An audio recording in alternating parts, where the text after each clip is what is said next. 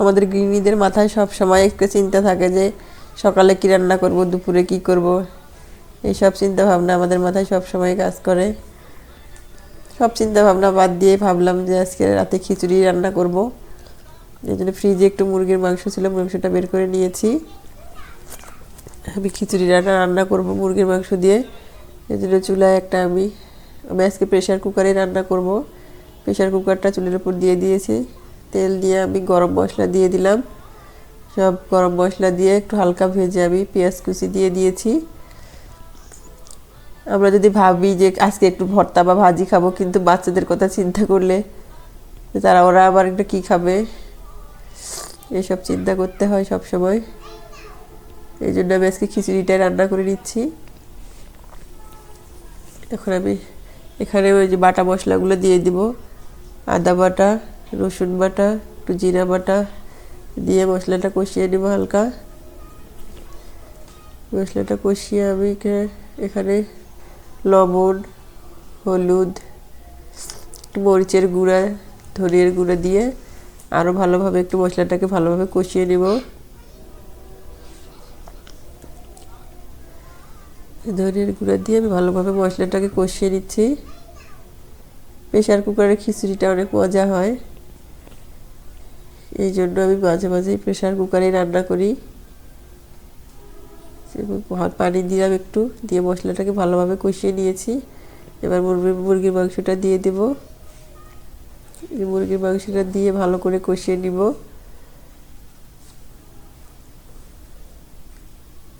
আমার অল্প মুরগির মাংস ছিল, এটাই দিয়ে দিয়েছি, বাচ্চারা খাবে এই জন্য। ওই যে ঢাকনাটা খুলে আমি আরও একটু ভালো করে কষিয়ে নিচ্ছি। একটু পানি দিয়ে দিলাম মাংসটা যাতে ভালো করে রান্না হয়। কষিয়ে নেব ভালোভাবে মাংসটা।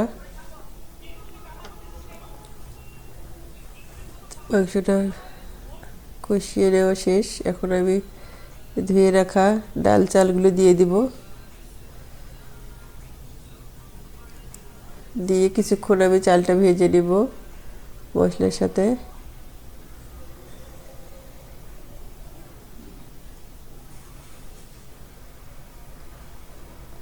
আমার ছেলে খিচুড়ি খেতে পছন্দ করে, এই জন্য ভাবলাম যে খিচুড়িটা রাতে রান্না করি।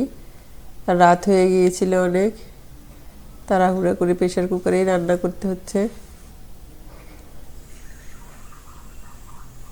চালটা আমি ভেজে নিয়ে নিলাম। এখন পানি দিয়ে দেব,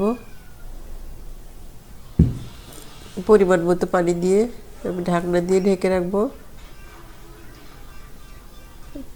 3-4টা সিটি দিয়ে নিব আমি প্রেশার কুকারের ঢাকনাটা দিয়ে। এই যে খিচুড়িটা আমার হয়ে গেছে। আমি এটা আজকে বেগুন ভাজির সাথে খাবো খিচুড়ি আমরা। এর জন্য চুলে একটা কড়াই বসিয়ে দিয়েছি। এখানে আমি বেগুনটা ভেজে নেব। বেগুনটা দিয়ে দিলাম। একটু তাড়াহুড়া করতেছিলাম যে রাত হয়ে গেছে, বাচ্চারা কখন খাবে, এই জন্য তাড়াতাড়ি করে আমি বেগুনটা ভেজে নিচ্ছি।